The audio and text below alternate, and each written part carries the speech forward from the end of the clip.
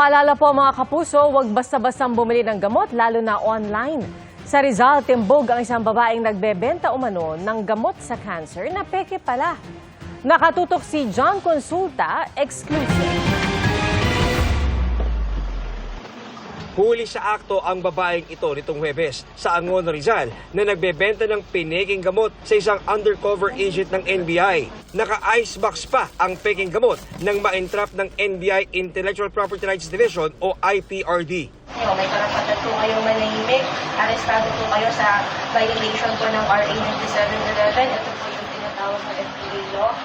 Kung ano po yung sabihin nyo, pwede pong gamitin yun sa inyo or laban sa inyo sa korte. Mismo ang manufacturer ng gamot laban sa cancer ang dumulog sa NBI.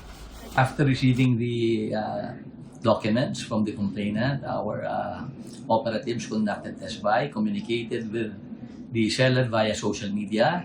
Kinumpirma rin ng Food and Drug Administration sa NBI na walang lisensya para gumawa o magbenta ng naturang gamot ang suspect. Ayon sa NBI IPRD, ang presyo ng genuine tabletas na ginagamit laban sa cancer ay nagkakahalaga ng mahigit 200,000 piso kada tabletas. Pero ang counterfeit product ng suspect ay pinapasa lamang niya ng 18,000 pesos kada isa. Ang kaso po na kinakaharap niya ay ang violation of the Consumer Act of the Philippines as amended by the Food and Drug Act of 2009. Sinisikap pa namin makuha ang pahayag ng niresong suspect. Babala ng NBI sa publiko maging mapanuri sa binibiling gamot.